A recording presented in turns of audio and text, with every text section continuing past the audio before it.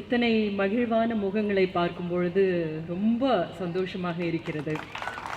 இந்த மகிழ்வு எங்கிருந்து வருது அப்படின்னா, நமக்கு ஒரு வாய்ப்பு கிடைக்காதா அப்படின்னு ஏங்கிட்டு இருக்கிற எத்தனை குழந்தைங்க இருக்காங்க.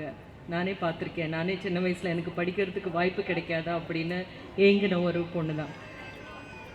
நம்ம முன்னேறதுக்காக ஒரு வாய்ப்பு கிடைக்காதா, நம்ம நிலை மாறுறதுக்காக ஏதாவது நடக்காதா அப்படின்னு நினைக்கிற இடத்துல இருக்கிறவங்களுக்கு நாங்கள் இருக்கோம், நீங்கள் வாங்க.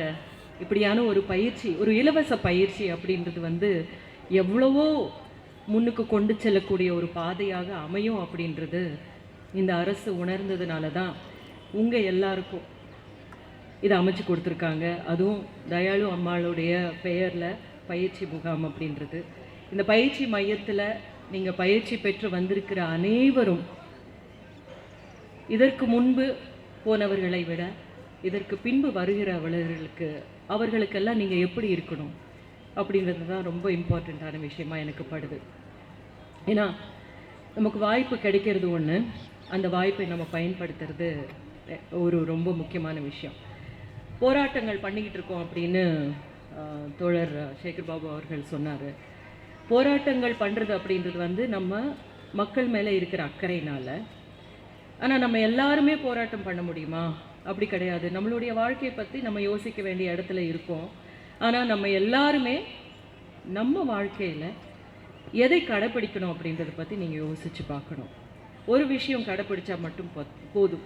நீங்கள் வெளியில் வரணும், தெருவில் இறங்கி போராடணும், அப்படி எதுவுமே தேவையில்லை.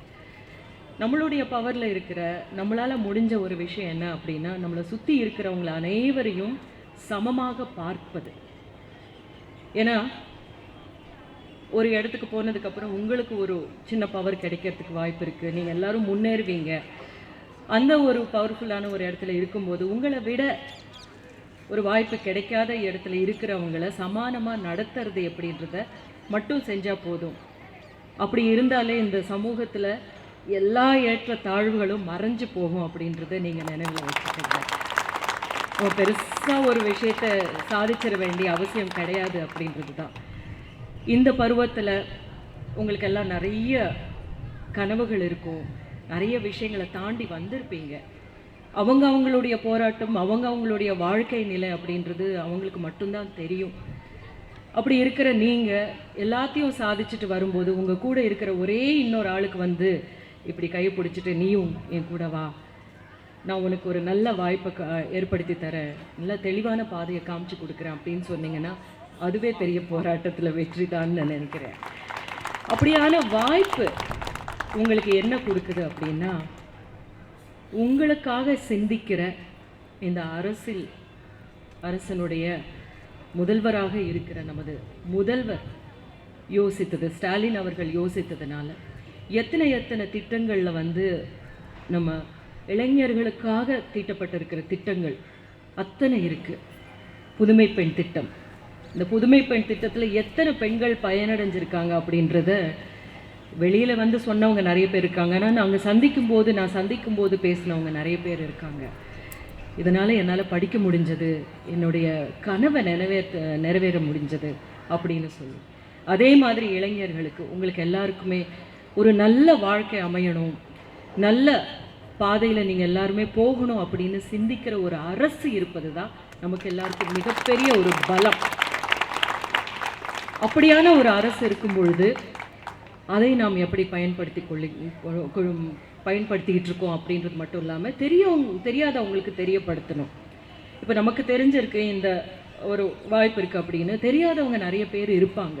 அவங்க எல்லாருக்குமே நீங்கள் எடுத்து சொல்லணும், நீங்கள் வாங்க, இந்த திட்டங்கள் இருக்குது, அரசு சார்பாக இந்த திட்டங்கள் பண்ணிட்டு இருக்காங்க அப்படின்றது எல்லாத்தையுமே நீங்கள் எடுத்து சொல்லும்போது தான் இந்த திட்டத்தினுடைய மிகப்பெரிய பலனே எல்லாருக்குமே போய் சேர்றதுல தான் இருக்குது.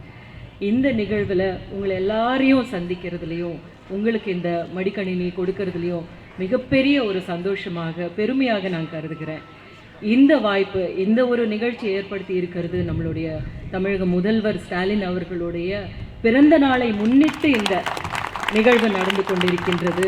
அவருடைய பிறந்த நாளை நாம் இன்றையிலிருந்து கொண்டாட ஆரம்பித்து விட்டோம் என்பது தான் இதை சொல்லிக்கொண்டே இருக்கிறோம்.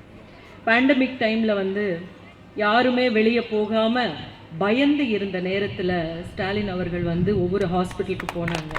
அப்போல்லாம் நாங்கள் நினச்சோம், கிடைக்காம ஒரு நல்ல முதல்வர் கிடைச்சார், இவர் போய் இங்கே இந்த ஹாஸ்பிட்டலுக்கெல்லாம் போகிறாரு, அவருக்கு உடம்பு ஏதாவது ஆகிட போகுது அப்படின்னெல்லாம் பயந்து நாங்கள் பேசிக்கிட்டோம். சார் நீங்கள் கொஞ்சம் உடம்பு பார்த்துங்க சார், எல்லாம் நல்லா நடக்கும்னு. ஆனால் அந்த டைமில் மக்கள் எந்த மாதிரி இருக்காங்க, நம்மளுடைய மருத்துவ வசதி எப்படி இருக்குன்னு பார்த்து தானாக போய் பார்க்கணுன்னு நினச்சார் பார்த்தீங்களா.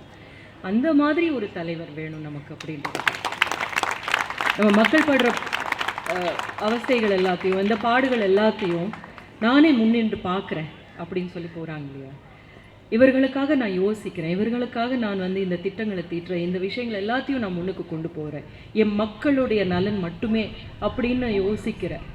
இந்த அரசை வழிநடத்தி கொண்டிருக்கின்ற முதல்வர் அவர்களுக்கு என்னுடைய பிறந்தநாள் வாழ்த்துக்கள் சார். நீங்கள் நீடூழி வாழணும், நல்ல விதமாக உங்களுடைய ஹெல்த் ரொம்ப நல்லா இருக்கணும், அதை முதல்ல பார்த்துக்கணும் நீங்கள். ஏன்னா நிறைய வேலை செய்ய வேண்டி இருக்குது. ஏன்னா நம்ம தமிழகமே தென்னகமே வந்து இந்தியாவுக்கே முன்னுதாரணமாக இருக்குது அப்படின்றதுல எந்த சந்தேகமும் இல்லை. ஒவ்வொரு முறையும் வந்து நாம் சரியான ரிசல்ட்ஸ் தான் சொல்லிகிட்ருக்கோம். ஏன்னா தமிழக மக்கள் நல்லா சிந்திக்க தெரிஞ்சவங்க அப்படின்றது எலெக்ஷன் ரிசல்ட்ஸ் வந்ததுக்கப்புறம் தெரியும். அப்படியான ஒரு மக்களாக தான் நம்ம இருந்திருக்கோம். அதுக்கான அடித்தளம் எங்கே நமக்கு விழுந்திருக்கு அப்படின்னா, நம்மளுடைய தலைவர்கள் பெரியாராக இருக்கட்டும், அண்ணாவாக இருக்கட்டும், கலைஞர் அவர்களாக இருக்கட்டும், இவர்களெல்லாம் நமக்கு சொல்லி கொடுத்தது என்ன அப்படின்னா பகுத்தறிவு, பகுத்தறிந்து செயல்படுவது அப்படின்னு. எதை சொன்னாலும் நீங்கள் அப்படியே உள்வாங்கிக்கிறத விட, இப்போ நானே சொன்னாலும் பெரியார் அதுதான் சொல்லியிருக்காரு, நானே என்ன சொன்னாலும் அதை அப்படியே நீங்கள் ஏற்றுக்கணும்னு கிடையாது, அதில் சரி என்ன தவறு என்னன்னு என்னையே நீங்கள் கேள்வி கேட்கலாம் அப்படின்னு சொன்ன மாதிரி தான். இப்போ நாங்கள் சொல்கிறதெல்லாம் சரி என்ன தவறு என்ன அப்படின்றது உங்களுக்கு தெரியும். அதை பகுத்தாய்ந்து எது சரி எது தவறு அப்படின்றது தெரிஞ்சுக்கிறதுக்கான ஒரு மனநிலை, ஒரு நல்ல ஒரு தலைமுறையை வளர்த்து விட்டிருக்கிற ஒரு பெரியோர்கள் வாழ்ந்த நிலம் இது. அப்படிப்பட்ட ஒரு நிலத்தில் வளர்ந்திருக்கிற பெரியவர்களெல்லாம் உங்களை வளர்த்துருக்காங்க அப்படின்ற போது எப்படியான சிந்தனைகள் உங்களுக்குள்ளே இருக்கும், எப்படியான ஒரு தெளிவு உங்களுக்குள்ளே இருக்கும் அப்படின்றது புரிஞ்சிக்க முடியுது. அதே தெளிவோடு நீங்கள் யோசிக்கணும், நமக்கு நல்லது எது, அதை நல்லது செய்கிறவங்க யார் அப்படின்றத பற்றி நீங்கள் யோசித்து ஒரு முடிவு எடுக்கணும் அப்படின்றதும் ஒரு அந்த சிந்தனைக்குள்ளே நீங்கள் போகணும். இப்படியான ஒரு நிகழ்ச்சியில் உங்களை எல்லாரையும் பார்க்க முடிந்ததுலேயும் சந்திக்க முடிந்ததுலேயும் மிகப்பெரிய சந்தோஷமாக இருக்குது. நம்ம அனைவரும் நல்ல ஒரு பாதையில் போய்கிட்டே தான் இருப்போம், எப்போவும் நமக்கு நல்லதே தான் நடக்கும். அதை சாத்தியப்படுத்துகிற ஒரு அரசும் இருக்கிறது, நமது முதல்வர் இருக்கிறார், அவர்களை இன்னும் சப்போர்ட் பண்ணிக்கிட்டு இருக்கிற சேகர் பாபு தோழர் மாதிரியான அமைச்சர்களும் அல்லும் பகலும் உழைத்து கொண்டிருக்கின்ற அனைவரும் இருக்கிறார்கள். அனைவரும் மக்களுக்காக பாடுபடுகிற தலைவர்களாக இருக்கிறார் என்பது அனைவரையும் நான் வாழ்த்தி கொண்டு இங்கே வந்து உங்களை அனைவரையும் சந்திக்க முடிந்ததில் ரொம்ப சந்தோஷமாக இருக்குது அப்படின்னு சொல்லிட்டு all the best you will win. And எல்லா விஷயத்தையும் லேசாக எடுத்துக்கங்க. உங்களுக்கு நான் சொல்லிக் கொடுக்க வேண்டியதில்லை, உங்ககிட்ட இருந்தால் நாங்கள் கற்றுக்கணும் எப்படி லேசாக எடுத்துக்கிறது எல்லா விஷயத்தையும். ஒன்று உங்களுக்கு நிறைய சாய்ஸஸ் இருக்குது, அந்த சாய்ஸஸில் உங்களுக்கு தேவையானது என்ன அப்படின்றது, படிப்பாக இருக்கட்டும் ஜாபாக இருக்கட்டும், எல்லாத்தையும் ரொம்ப தெளிவோட சிந்தனை, உங்களுடைய சிந்தனை ரொம்ப தெளிவாக இருக்கணும் அப்படின்றத மட்டும் பண்ணிக்கோங்க. So all the best.